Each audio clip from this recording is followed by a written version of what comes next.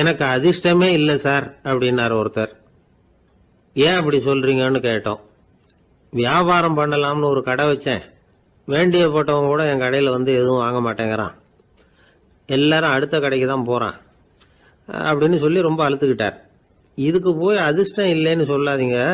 வாடிக்கையாளர்களை வந்து கவர்றது எப்படிங்கிறது உங்களுக்கு தெரியல, அதுதான் குறை அப்படின்னும். சார், உங்களுக்கு தெரிஞ்ச அந்த ரகசியத்தை எனக்கும் கொஞ்சம் சொல்லி கொடுங்களேன் அப்படின்னார்.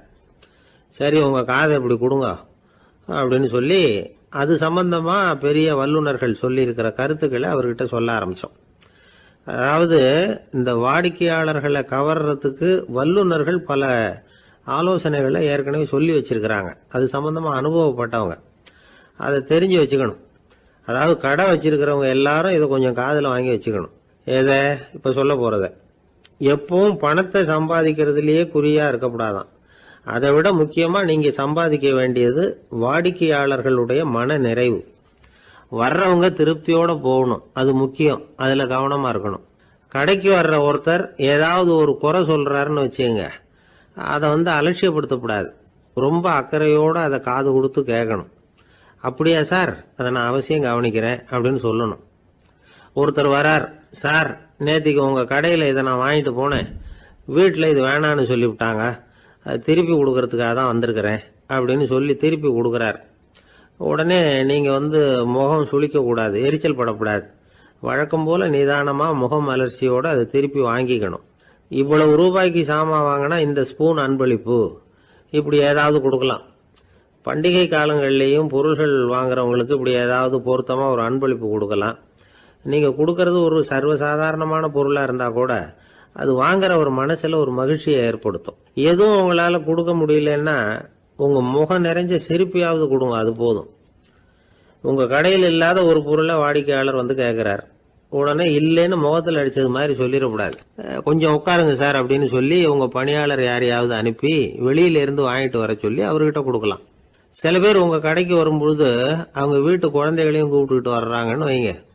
நீங்கள் என்ன செய்யணும்னா அந்த குழந்தைகளை முதல்ல கவனிக்கணும்.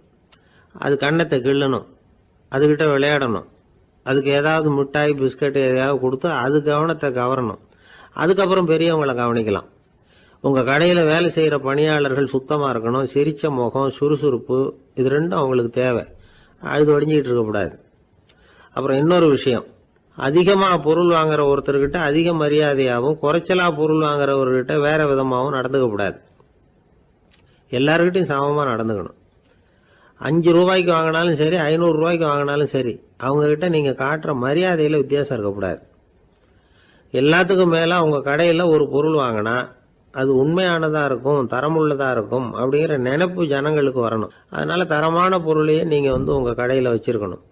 இது வரைக்கும் நான் சொன்னதையெல்லாம் கவனத்தில் வச்சுக்கிட்டு நீங்கள் கடையை ஆரம்பிச்சிங்கன்னா வியாபாரம் பிச்சுக்கிட்டு போகும். அப்படி போகலன்னா அதுக்கப்புறம் கேளுங்க. ஏன்னா இந்த யோசனைகள்லாம் அனுபவப்பட்டவங்க சொல்லியிருக்கிற யோசனைகள். இந்த யோசனைகளில் நீங்கள் எச்சரிக்கையாக இருக்க வேண்டிய ஒரு விஷயம் உண்டு. அது என்னங்கிறதையும் தெரிஞ்சு வச்சுக்கிறது நல்லது. என்னுடைய நண்பர் ஒருத்தர் வந்தார். சார், உங்கள் யோசனையை கேட்டதுனால நான் ஒரு அறை வாங்கினது தான் மிச்சம்னார். என்ன ஆச்சுன்னு கேட்டேன். எங்கள் கடைக்கு ஒரு பெரிய அம்மா குழந்தைய தூக்கிட்டு வந்தாங்க சார். உங்கள் யோசனைப்படி அந்த குழந்தையோட கன்னத்தை கிள்ளணும்னு முயற்சி பண்ணினேன். திடீர்னு அந்த நேரம் பார்த்து அந்த குழந்தை தலையை குனிஞ்சிக்கிட்டுது. என் கை வந்து குழந்தையோட கன்னத்துக்கு பதிலாக அது தூக்கிட்டு வந்தவங்க கன்னத்தை கிள்ளிவிட்டுது. அதுதான் அப்படி ஆயிட்டுது அப்படின்னார் கன்னத்தை தடவிக்கிட்டே. மனிதர்களில் சில பேர் ரொம்ப வித்தியாசமாக நடந்துக்குவாங்க. மற்றவங்களுக்கு அது ரொம்ப ஆச்சரியமாக கூட இருக்கும். அந்த ஆள் ஒரு மாதிரி பார்த்து நடந்துக்கோ அப்படின்னு கூட சொல்கிறது உண்டு. இவங்களை பார்த்து நாம் பித்து குளியும்போம். உளவியல் இவங்களை வந்து எக்ஸென்ட்ரிக்ஸ் அப்படின்னு சொல்லுது. இவங்களை வந்து மனநோயாளிகள்னு தவறாக புரிஞ்சிக்க கூடாது. அவங்க வேற, இவங்க வேற. எக்ஸென்ட்ரிக்ஸ் பற்றின சில விவரங்கள் ஒரு புத்தகத்தில் இருக்குது. அதாவது ஸ்காட்லாந்தில் ஒரு உளவியல் மருத்துவர் அதை எழுதியிருக்கிறார். அவர் பேர் டாக்டர் டேவிட் வீக்ஸ். அவருக்கு ஒரு உதவியாளர் இருந்தாராம். அவர் பேர் கேட் வுட்.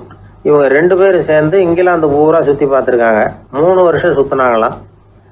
நான் சொன்னது மாதிரி ஒரு மாதிரியாக இருக்கிற ஆசாமிகள் பல பேரை சந்தித்து பேசி அவங்கள பற்றி ஆய்வுலாம் நடத்தியிருக்கிறாங்க. அப்படி நடத்தி அதை ஒரு புஸ்தகமாக எழுதியிருக்கிறாங்க. நிறைய பேசி பார்த்துட்டு அவங்க சொல்லியிருக்கிறத கேட்டால் ரொம்ப ஆச்சரியமா இருக்குது. நாம இவங்களை பார்த்து பித்துக்குழிங்கிறோம், எக்ஸென்ட்ரிக்ஸ் அப்படின்னு சொல்றோம், கிண்டல் கூட பண்றோம். ஆனா அவங்களோட அறிவு ரொம்ப தெளிவானதான். இந்த ஆராய்ச்சியாளர்கள் சொல்றாங்க, அவங்க உடல் நலமும் ரொம்ப நல்லா இருக்குதான், உடம்புலயும் எந்த கோளாறும் இல்லையா, அவங்களுக்கு மகிழ்ச்சியும் அதிகமா, ஆயுளும் அதிகமா.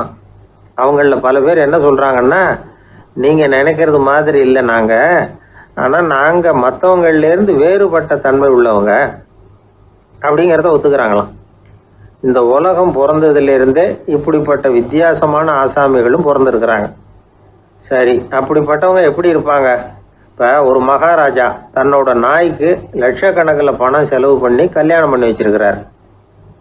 ஒரு கோடீஸ்வரர் தான் வளர்த்துக்கிட்டு இருந்த பூனைகளுக்கு தன்னோட சொத்து பூராவும் எழுதி வச்சிருக்கிறார். இது மாதிரி ஒருத்தர் ரெண்டு பேர் இல்லை, நிறைய பேர் உண்டு. சில பேர் எப்படி தெரியுமா, அவங்களுக்கு வசதியில் எந்த குறையும் இருக்காது, வீடு காரு பணம் எல்லாம் தாராளமாக இருக்கும். அப்படி இருந்தாலும் அவங்கக்கிட்ட ஒரு பழக்கம் இருக்கும். யாராவது ஒரு நண்பர் வீட்டு விசேஷத்துக்கு போயிருப்பார், இல்லைன்னா ஒரு கடைக்கு போயிருப்பார். அவங்க ரொம்பவும் மரியாதையாக வரவேற்று எல்லாம் பண்ணிகிட்டு இருப்பாங்க. ஆனால் இவர் அவங்களுக்கு தெரியாமல் ஏதாவது ஒரு பொருளை திருடி பாக்கெட்டில் போட்டுட்டு வந்துடுவார். அப்படி வந்தால் தான் இவருக்கு திருப்தி. பல பேர் அவங்க வளர்த்த பிராணிகளுக்கு பளிங்கு கல்லால் சமாதி கட்டி வச்சிருக்கிறாங்க. இப்படிலாம் பண்ணுறாங்க. பல பேர் அவங்களுக்கு பிடித்தமான ஒருத்தர் எப்படியோ அதே மாதிரி தலைமுடி தாடி வச்சுக்கிறது, உடை உடுத்திக்கிறது, மலை குகையில் போய் குடியிருக்கிறது, இப்படி எவ்வளவோ வினோதமான நடவடிக்கைகள். இவங்களையெல்லாம் ஆய்வு பண்ணின டாக்டர் வீக்ஸ் என்ன சொல்றாரு தெரியுமா? பொதுவாக இவங்க உயர்ந்த புத்திசாலிகளாக இருக்கிறாங்க. ஒருமைப்பட்ட மனம், கருமையுமே கண்ணான பண்பு, தனிமையை நாடுற மனப்பான்மை எல்லாம் இவங்களுக்கு உண்டு. அவங்கள பல பேர் அவங்க பெற்றோருக்கு முதல் குழந்தை அல்லது ஒரே குழந்தை இப்படி தான் இருக்கிறாங்க. இது மாதிரியானவங்க பெண்கள் ஒரு பங்குன்னா ஆண்கள் 2 பங்கு. இவங்கெல்லாம் ஆக்கப்பூர்வமான செயல் செய்கிறாங்க, அப்படிப்பட்டவங்களா தான் இருக்கிறாங்க. அடுத்தவங்க கிட்ட அன்பு காட்டுறவங்களா இருக்கிறாங்க, உற்சாகம் ஊட்டுறவங்களா இருக்கிறாங்க. அவங்களுடைய ஆக்கப்பூர்வமான பணிகளுக்கு ஊக்கம் கொடுத்தா அவங்க மன சந்தோஷமும் உடல் நலமும் பெருகும், ஆயுளும் கூடும். இதெல்லாம் அந்த டாக்டருடைய கண்டுபிடிப்பு. பித்துக்குழித்தனத்துக்கும் மனநோய்க்கும் வித்தியாசம் உண்டுங்கிறத சொல்றது தான் இந்த தகவல். அதனால ரெண்டும் ஒன்றுன்னு நினைச்சிடக்கூடாது. ஒரு நண்பன் ஒருத்தனை பற்றி சொல்கிறோம். அவன் எந்த வகைன்னு நீங்களே முடிவு பண்ணுங்களேன். அவன் ஒரு கல்யாண வீட்டுக்கு போய் சாப்பிட்டுட்டு வெளியில் வந்தோம். அவன் கூட வெளியில் வந்த உடனே ரொம்ப நேரமாக தன்னோட செருப்பை தேடிக்கிட்டு இருந்தான்.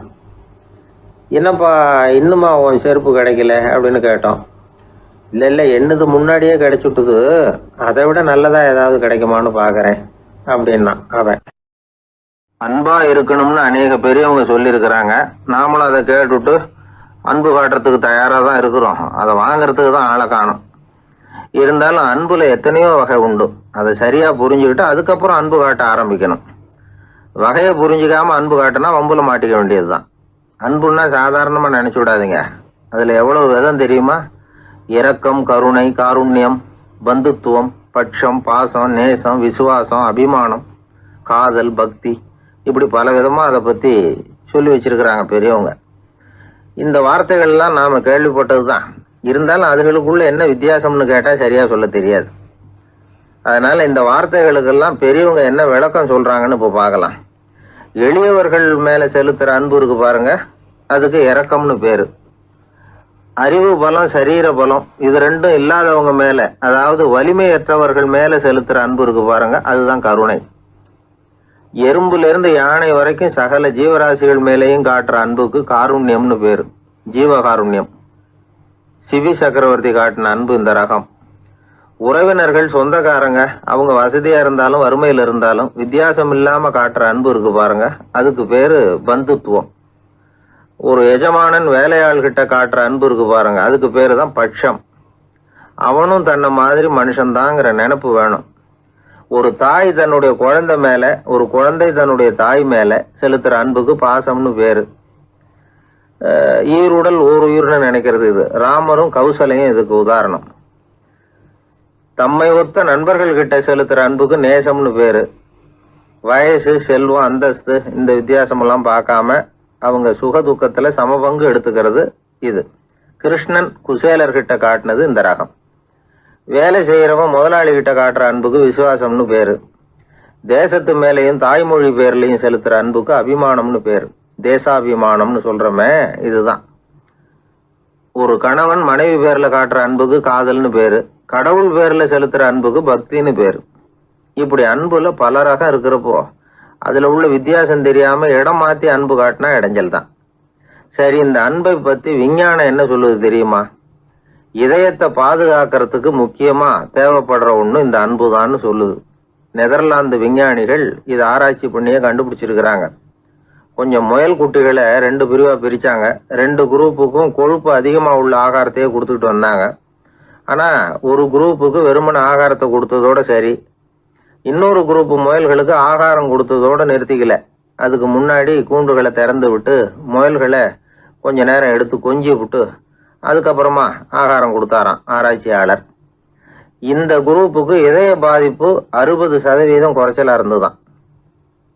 சில நோயாளிகளுக்கு ஹார்ட் அட்டாக் வந்தாலும் அதை தாங்கிக்கிட்டு குணமாகிற சக்தி அதிகமா இருக்குது.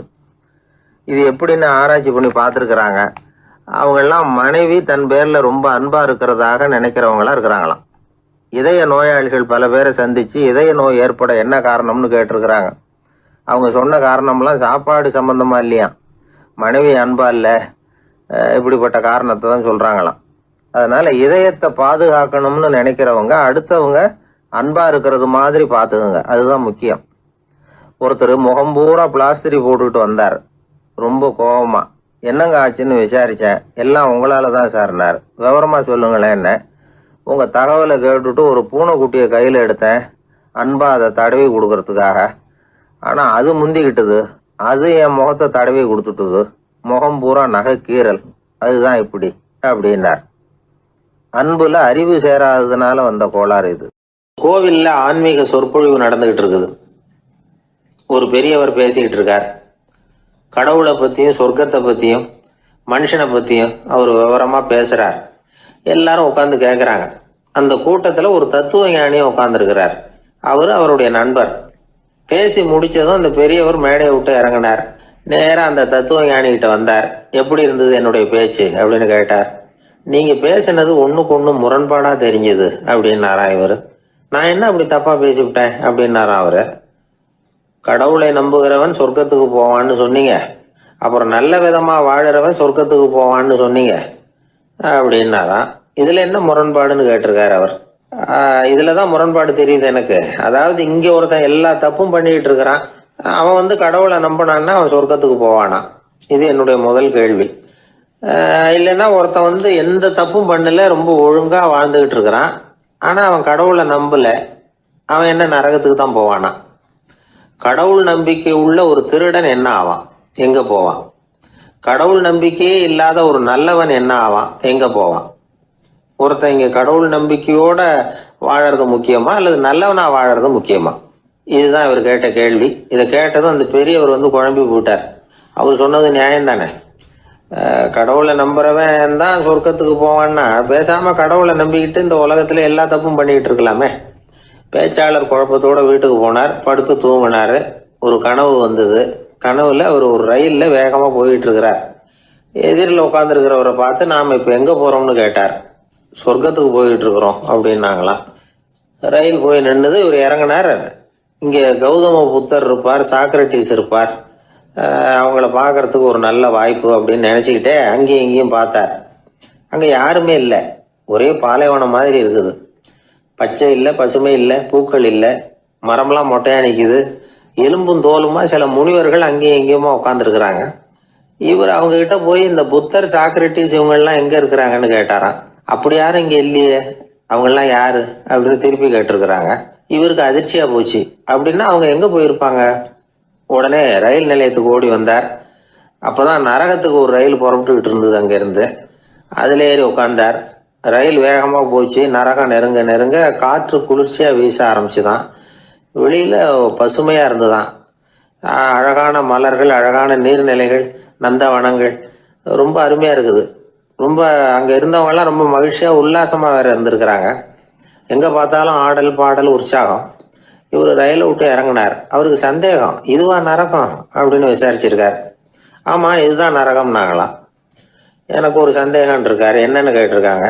கௌதம புத்தரும் சாக்ரட்டிஸும் லாவோஸும் இவங்க மாதிரி இன்னும் பல பேரும் கடவுள் நம்பிக்கை இல்லாதவங்க அவங்கெல்லாம் இங்கே இருக்கிறாங்களா அப்படிங்கிறது தான் என்னுடைய சந்தேகம் அப்படின்னாரா. இப்போ அவங்க சொல்லியிருக்கிறாங்க, இப்போ நீங்கள் பார்க்குறீங்களே பசுமையும் பச்சை பயிர்களும் ஆடல் பாடல்களும் அழகிய மலர்களும், இது எல்லாமே கௌதம புத்தரும் சாக்ரட்டிஸும் அது மாதிரி மகான்களும் இங்கே வர ஆரம்பித்த பிறகு தான் உண்டாக ஆரம்பிச்சது. இந்த பிரதேசத்தை அவங்க அப்படியே மாற்றிவிட்டாங்க. இப்போலாம் இங்கே இருக்கிறவங்க யாரும் சொர்க்கத்துக்கு போகிறதுக்கே ஆசைப்படுறதில்ல அப்படின்னாங்களாம். இந்த அதிர்ச்சியிலேயே அந்த பெரியவர் கனவு கலைஞ்சி முடிச்சுக்கிட்டார். இதில் இருக்கிற கருத்து என்னன்னா, நல்லவர்கள் எங்கே இருக்கிறாங்களோ அந்த இடத்துக்கு பேர் தான் சொர்க்கம். சொர்க்கம் நரகம்ங்கிறதெல்லாம் ஆன்மீக பண்புகள், அவ்வளவுதான். ஒரு ஊரில் 2 இணைபிரியாத நண்பர்கள். ஒருத்தன் கேட்டான், இப்போ கடவுள் நம்ம முன்னாடி உங்கள் 2 பேரில் யாராவது ஒருத்தர் மட்டும் என்னோட சொர்க்கத்துக்கு வரலாம் அப்படின்னு கூப்பிட்டா நீ என்ன சொல்லுவேன்னு கேட்டானா. இவன் ரொம்ப பெருந்தன்மையாக உன்னையே அழைச்சிட்டு போக சொல்லிடுவேன் அப்படின்ட்டுருக்கான். அப்படின்னா உனக்கு சொர்க்கம் வேணாமான்னு கேட்டிருக்கான் அவன். நீ என்னை விட்டுட்டு போனாவே அப்புறம் இந்த பூலோகமே எனக்கு சொர்க்கம் தாண்டா அப்படின்னு நானா இவன். சீடன் வெளியூர் புறப்படுறதுக்கு தயாரா இருந்தான். ரொம்ப தூரம் போக போறான். திரும்பி வர நாளாகும். புறப்படுறதுக்கான ஆயத்த வேலைகள்ல ஈடுபட்டிருந்தான். அந்த சமயம் பார்த்து இன்னொரு சீடன் அவங்கிட்ட வந்தான். நம்ம குரு உன்னை அழைச்சிட்டு வர சொன்னார் வா அப்படின்னு கூப்பிட்டான். இவன் உடனே புறப்பட்டு போனான். குருநாதரை பார்த்தான். அவர் காலில் விழுந்து வணங்கினான். வணங்கிவிட்டு எழுந்திரிச்சான். அவ்வளவுதான். குரு ஏதாவது உபதேசம் பண்ணுவாருன்னு எதிர்பார்த்தான். ஆனா நடந்தது என்ன தெரியுமா? குரு அவனுக்கு ஓங்கி ஒரு அடி கொடுத்தார். எதிர்பாராம இந்த அடியை வாங்கினதும் அந்த சீடன் அதிர்ந்து போயிட்டான். பக்கத்துல இருந்த மற்ற சீடர்களும் திகைச்சு போய் நின்னுட்டாங்க. அடி வாங்கின சீடனுக்கு மனசுக்குள்ள குழப்பம். நாம என்ன தப்பு பண்ணணும்? புறப்படுற நேரத்துல இப்படி குரு கிட்ட அடி வாங்குற மாதிரி ஆயிட்டுதே அப்படின்னு நினைச்சு மனசுக்குள்ள ரொம்ப வேதனைப்பட்டான். கொஞ்சம் துணிச்சலை வரவழைச்சுக்கிட்டு குருநாதர்கிட்டயே கேட்டுட்டான், சுவாமி நான் என்ன தப்பு பண்ணினேன்? என்னை இப்படி அடிச்சுட்டீங்களே, ஒரு வார்த்தை கூட உங்களை எதிர்த்து நான் பேசினது இல்லையே, இவ்வளவு காலமா உங்க விருப்பத்துக்கு விரோதமா ஒரு காரியம் கூட நான் செஞ்சது இல்லையே, வந்ததும் வராததுமா ஒண்ணுமே சொல்லாம என்ன அடிச்சுட்டீங்களே, குருவே நான் செஞ்ச குற்றம் தான் என்ன அப்படின்னு கண்ணீரோட பரிதாபமா கேட்டானா அந்த சீடன். ஆனா அந்த குரு முகத்துல கொஞ்சம் கூட கோபம் இல்லை. அவர் சிரிச்சுக்கிட்டே நின்றுகிட்டு இருந்தாராம். அதுக்கப்புறம் சொன்னாராம், என்னுடைய அருமை சீடனே, நீ ஒரு தவறும் பண்ணல. நான் உன்னை அடிச்சது நீ ஏதோ தப்பு பண்ணிவிட்டேங்கிறதுக்காக இல்லை. நீண்ட பயணம் போக போறேன். ஞாபகமா ஏதாவது கொடுத்து அனுப்ப வேணாமா? நீ ஞானம் பெற்ற பிறகுதான் திரும்பி வர போறேங்கிறது எனக்கு தெரியும். அதுக்கு பிறகு உன்னை அடிக்க முடியுமா? அதனால இப்ப கிடைச்சிருக்கிற இந்த வாய்ப்பை பயன்படுத்திக்கிட்டேன். அப்போதைக்கு இப்பவே அடிச்சுட்டேன், அவ்வளவுதான், வேற ஒண்ணும் இல்லை அப்படின்னாராம். குரு சிரிச்சுக்கிட்டே இப்படி சொல்றார். இருந்தாலும் இதுவும் ஒரு உபதேசம் தான். அதிர்ச்சிகளால விழிப்படைய வைக்கிறதும் ஒரு வழிதான். இது ஜென் வழி. பெரும்பாலும் அதிர்ச்சியின் மூலமாகவே ஞான தரிசனத்தை அருள்கிறவர்கள் தான் ஜென் குருமார்கள். நம்ம தியானம் தான் ஜென். இந்தியாவில இருந்து இது சீனாவுக்கு போய் கொஞ்சம் பேர் மாறி வளம் பெற்று ஜப்பான்ல ஜென் ஆகி வளர்ந்துருக்குது, அவ்வளவுதான். ஜென்கிறது தியானம். எதை நினைச்சும் தியானிக்கிறது இல்லை, எல்லாத்துலயும் தியானம் இருக்கிறதா சொல்லுது ஜென். பேசுறது, இருக்கிறது, நடக்கிறது, சாப்பிடுறது, சிரிக்கிறது, தூங்குறது, தொழில் செய்யறது அல்லது சும்மா இருக்கிறது எல்லாமே தியானம் தான். ஜென்கிறது ஒரு சுய தரிசனம். தன்னைத்தானே அடையாளம் கண்டுகொள்கிறது தான் அது. இல்லாத எதையும் தேடி கண்டுபிடிக்கிறது இல்லை. சென் மார்க்கத்தை பத்தி ஓஷோ என்ன சொல்றாரு தெரியுமா? காணாமல் போன தன்னுடைய மூக்கு கண்ணாடி தன்னுடைய மூக்கின் மேல் இருப்பதை கண்டுகொள்வது போன்றது சென் அப்படிங்கிறார். நம்மால் இன்னொருத்தர் முகத்தை ரொம்ப நேரமா உத்து பார்த்துக்கிட்டு இருந்தார். என்ன பாக்குறீங்கன்னாரு அவரு. நீங்க போட்டிருக்கீங்களே மூக்கு கண்ணாடி, அதை தான் பாக்குறேன்னாரு இவரு. நீங்க அப்படி பாக்குறதுக்கு விசேஷ காரணம் ஏதாவது உண்டான்னு கேட்டார் இவர். உண்டுன்னார். என்னன்னு கேட்டார். நேற்றுக்கு காணாம போன என்னோட மூக்கு கண்ணாடி அது. இந்த உலகத்துல உண்மையாவே வேதாந்தம் பேசுறவங்களும் உண்டு. உள்ளுக்குள்ள வேற மாதிரி இருந்துகிட்டு வெளியில வேதாந்தம் பேசுறவங்களும் உண்டு. ஒரு ஆள் இருந்தார். அவரு ஒரு கடை வச்சு வியாபாரம் பண்ணிக்கிட்டு இருந்தார். மகா கஞ்சன். யாருக்கும் எந்த உதவியும் செய்ய மாட்டார். எச்சில் கையென்ன ஈர கையை கூட உதற மாட்டார். அப்படிப்பட்ட மனுஷன். அந்த ஊருக்கு ஒரு முனிவர் வந்துகிட்டு இருந்தார். வருஷத்துக்கு ஒரு தடவை வருவார். ஒரு நாள் 2 நாள் இருப்பார், அப்புறம் போயிடுவார். அந்த முனிவர் வர்றப்போலாம் இந்த ஆள் எழுந்திரிச்சு ஓடி போய் அவரை வரவேற்பான். ரொம்ப பெரிய வேதாந்தி மாதிரி அவர்கிட்ட பேசிக்கிட்டு இருப்பான். காயமே இது பொய், வெறும் காற்றடைத்த பையும்மா, தர்மம் தலைகாக்கும்மா. பணம் என்ன சார் பணம், இன்னைக்கு ஒருத்தன் கையில் இருக்கும், நாளைக்கு ஒருத்தன் கையில் இருக்கும், எல்லாம் மாயம். எனக்கு தான் இன்னமும் இந்த சம்சார பந்தத்திலிருந்து விடுபடுறதுக்கு நேரம் வரலேம்மா. அந்த முனிவரும் இந்த ஆள் இப்படி சொல்கிறத கேட்ட உடனே, ஏப்பா அப்படி சொல்கிற, இப்போ கூட நீ சரின்னு சொல்லு, உனக்கு தீட்சை கொடுத்து இதிலிருந்து விடுபடுற ஞானத்தை போதிக்கிறேன் பார்.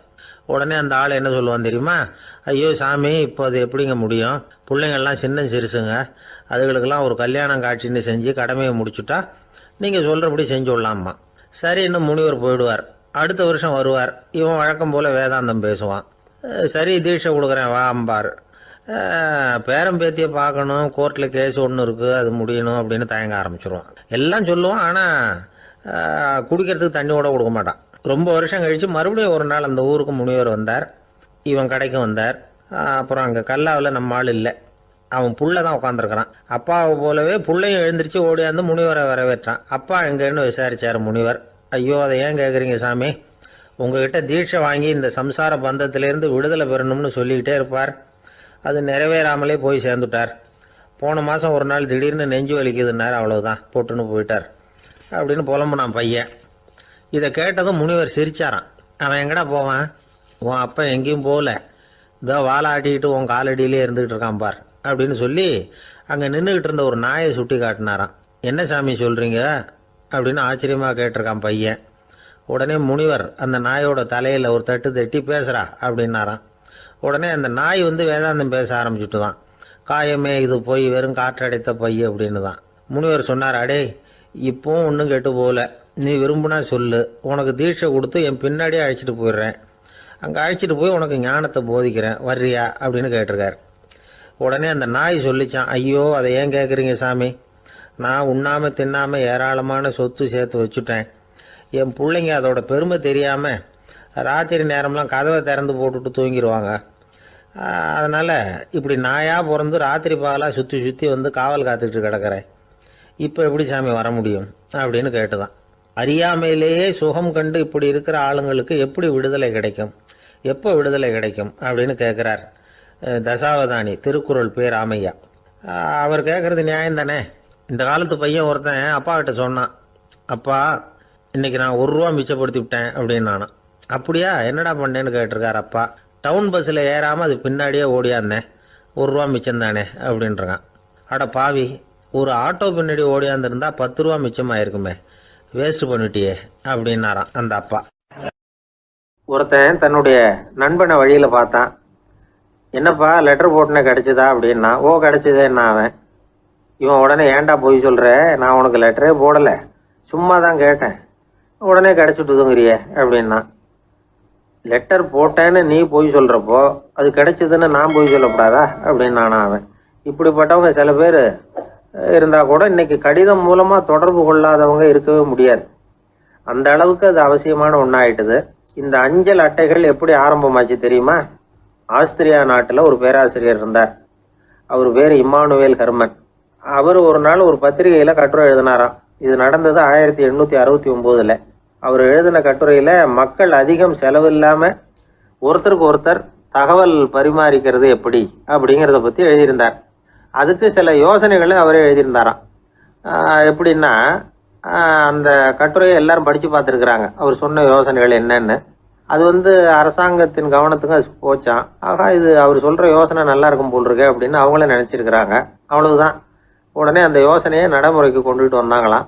பேராசிரியர் இம்மானுவேல் ஹெர்மனின் யோசனைப்படி அச்சடித்த அரசு முத்திரையோட அரசாங்கம் அஞ்சல் அட்டைகளை வெளியிட ஆரம்பிச்சுதான். 1869 அக்டோபர் 7 இது நடந்திருக்கு.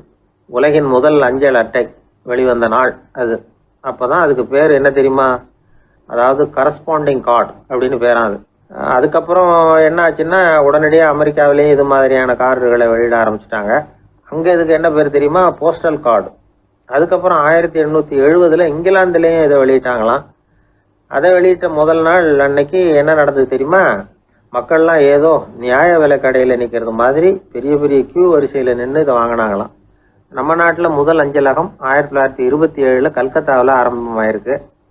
இன்னைக்கும் அஞ்சலகம் இல்லாத இடமே இல்லை. அந்த அளவுக்கு அஞ்சல் போக்குவரத்து அதிகமாக இருக்குது. அன்னைக்கு உள்நாட்டில் ஒருத்தருக்கு ஒருத்தர் தகவல் பரிமாற்றம் செய்து கொள்ள மலிவான ஒரு அஞ்சல் அட்டையை அரசாங்கம் வெளியிடலாம் அப்படின்னு பேராசிரியர் எழுதின கட்டுரை இன்னைக்கு எந்த அளவுக்கு ஆகியிருக்கு பார்த்தீங்களா? ஒருத்தன் ஒரு தபால் பெட்டிக்கு பக்கத்தில் தலையை வச்சுக்கிட்டு அவன் பாட்டுக்கு நின்றுட்டு இருந்திருக்கான். அங்கேருந்து இன்னொருத்தன் கேட்டிருக்கான், என்ன ஆச்சுன்னு. கொஞ்ச நேரத்துக்கு முன்னாடி இந்த தபால் பெட்டியில் ஒரு கார்டு எழுதி போட்டேன், விவரமெல்லாம் நல்லா தான் எழுதியிருக்கிறேன், ஆனால் அட்ரஸ் எழுத மறந்துட்டேன் அப்படின்னு நானா. உடனே அவன், அதுக்காக கவலைப்படாத, நான் போட்ட கார்டில் அட்ரஸ் எல்லாம் பின்கோடு உள்பட கரெக்டாக எழுதியிருக்கேன், ஆனால் விவரம் எழுத மறந்துட்டேன் நானா. கவலைப்படாத, கொஞ்ச நேரத்தில் தபால்காரர் வருவார், பெட்டியை திறந்ததும் நம்ம லெட்டரை கேட்டு வாங்கிக்கலாம்னா ஒருத்தன். கொஞ்ச நேரத்துக்கு முன்னாடி அவர் வந்தார், கேட்டேன், அதுக்கப்புறம் தான் மனசுக்கு ரொம்ப கஷ்டமாக போச்சு நானா. இவன் ஏண்டான்னு கேட்டிருக்கான். அவன், இது தபால் புட்டு இல்லையா, கொழுப்பு இருந்தாலும் பரவாயில்ல சார், எப்படியாவது ஒரு வழியாக சமாளிச்சுக்கலாம், ஆனால் வயத்தில் மட்டும் கொழுப்பு இருக்கக்கூடாது சார், அப்படி இருந்தால் அதை அலட்சியமாகவும் விட்டுறக்கூடாது சார் அப்படின்னு ஒருத்தர் சொல்லிட்டு வந்தார். அதுக்கப்புறம் தான் அவர்கிட்ட பேசி பல விவரங்களை தெரிஞ்சுக்க முடிஞ்சுது. சில பேர் சொல்லுவாங்க, எனக்கு தொந்தி கிடையாது சார், வேணும்னா என் வயத்தை அழுத்தி பாருங்க, கல் மாதிரி இருக்கும்பாங்க. வயிறு கல் மாதிரி இருந்தால் உள்ள கொழுப்பு இல்லைன்னு நினச்சிடக்கூடாது. வயிற்று தசைக்கு அடியில் உள்ள கொழுப்பு சில வாத்தியங்களில் இருக்குமே நரம்பு, அது மாதிரி டைட்டாக இழுத்துக்கிட்டு இருக்குன்னு அர்த்தம். அதனால தொட்டு பார்த்தா கல் மாதிரி தான் இருக்கும், இருந்தாலும் தொந்தி தான். வயத்தில் கொழுப்பு அதிகமாக இருக்கிறது சங்கடம் தான். அதனால கொலஸ்ட்ரால் அளவு அதிகமாகும், இதய நோய்கள், நீரிழிவு, ஹைப்பர் டென்ஷன், ஸ்ட்ரோக்கு, இது மாதிரி ரிஸ்கெல்லாம் அதிகமாகும். ஒருத்தர் ஒல்லியாக இருக்கலாம், உடம்பு இடம் அதிகப்படியாக இல்லாமல் இருக்கலாம். அப்படி இருந்தால் கூட அவர் உடம்புல மற்ற பகுதியை விட வயத்தில் கொழுப்பு அதிகமாக இருக்கும். நாம தான் ஒல்லியாக இருக்கிறோமே, நமக்கு ஒன்றும் இல்லை அப்படின்னு நினச்சிடக்கூடாது. சரி, நம்ம வயிறு இருக்க வேண்டிய அளவை விட அதிகமாக இருக்குதா இல்லையா, அதை எப்படி கண்டுபிடிக்கிறது? அதுக்கு சில வழி இருக்குது. முதல்ல நீங்கள் நேராக ஸ்ட்ரைட்டாக நிமிர்ந்து நில்லுங்க. உங்கள் பார்வையை மட்டும் கீழே தாழ்த்தி கால் விரலை கவனிங்க. விரல் உங்களுக்கு தெரியுதா அப்படின்னா உங்கள் வயர் நார்மலாக இருக்குன்னு அர்த்தம். கால் விரல் உங்கள் கண்ணுக்கு தெரியலையா அப்படின்னா உங்களுக்கு வயிறு பெருசு தான்.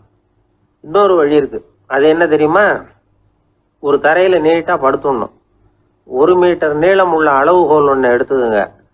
கழுத்து எலும்பில் ஒரு பக்கத்தையும் இடுப்புல ஒரு பக்கத்தையும் வைங்க. பக்கவாட்டில் வைங்க, அதாவது படுக்கவாட்டில்.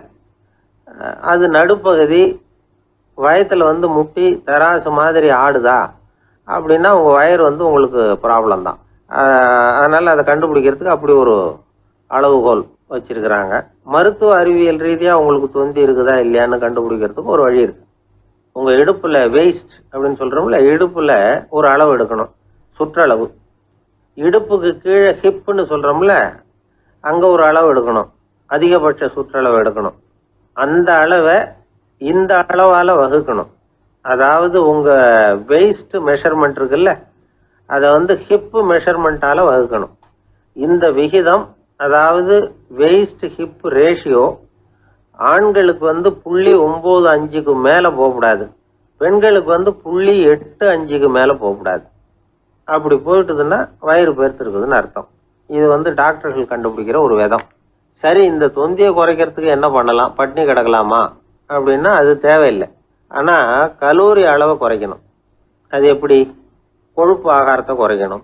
இப்போ கார்போஹைட்ரேட்டு, புரோட்டீன்லாம் இருக்குது இல்லை, அதெல்லாம் ஒரு கிராமுக்கு சுமாராக 4 கலோரி கொடுக்கும். ஆனால் கொழுப்பு ஒரு கிராமுக்கு 9 கலோரி கொடுக்கும். அதனால் ஒரே அளவுள்ள ஆகாரங்களில் கூட கலோரி வித்தியாசம் இருக்குது. கலோரி அளவு குறைச்சலாக கொடுக்கக்கூடிய ஆகாரம் சாப்பிடணும். இப்போ தொந்தியை குறைக்கிறதுக்கு கடுமையான உடற்பயிற்சி தேவையா அப்படின்னு கேட்டால் அதுவும் தேவையில்லையா. ஆகாரத்தில் கொழுப்பை குறைச்சாவே போதும், மற்ற ஆகாரம் செரிக்கிறதுக்கு லேசான உடற்பயிற்சியே போதும். வயத்தை குறைக்கிறேன்னு சொல்லி சில பேர் உட்காந்து எழுந்திருப்பாங்க, அதுவும் தேவையில்லையா. அப்படிலாம் பண்ணி உங்களை கஷ்டப்படுத்திக்க வேண்டியதில்லை.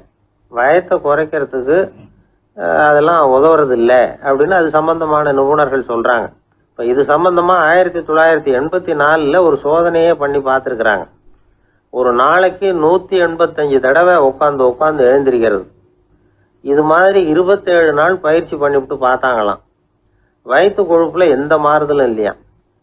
அதனால உட்காந்து எழுந்திருக்கிற வேலையெல்லாம் தேவையில்லை. தொந்தியை குறைக்கிறதுக்கு முயற்சி பண்றவங்க தோற்றத்தை அழகாக்குறது ஒரு பக்கம் இருந்தா கூட ஆரோக்கியமான நீண்ட வாழ்வுக்கும் அவங்க அஸ்திவாரம் போடுறாங்கன்னு தான் அர்த்தம். ஒருத்தர் வந்தார், சார் எனக்கு தொந்தி இருக்கா இல்லையான்னு கண்டுபிடிக்கிறது கஷ்டமா இருக்குதுன்னார். சரி நான் கண்டுபிடிக்கிறேன், இப்படி தரையில காலை நீட்டி ஸ்ட்ரைட்டா படுங்க அப்படின்னோம். சரின்னு படுத்துட்டார். இப்போ உங்க கண்ணை திருப்பி கால் கட்டை விரலை பாருங்க, கட்டை விரல் தெரியுதா அப்படின்னு கேட்டேன். தெரியுது சார்னார். நீங்க தெரியுதுன்னு சொல்றத நான் எப்படி நம்புறதுன்னு. அதோ தெரியுற அந்த கட்டை விரல் நுனியில ஒரு ஈ கூட உட்காந்துருக்குது பாருங்க சார் அப்படின்னார். அப்படின்னா நீங்க பாக்குறது கட்டை விரல் இல்லை சார், உங்க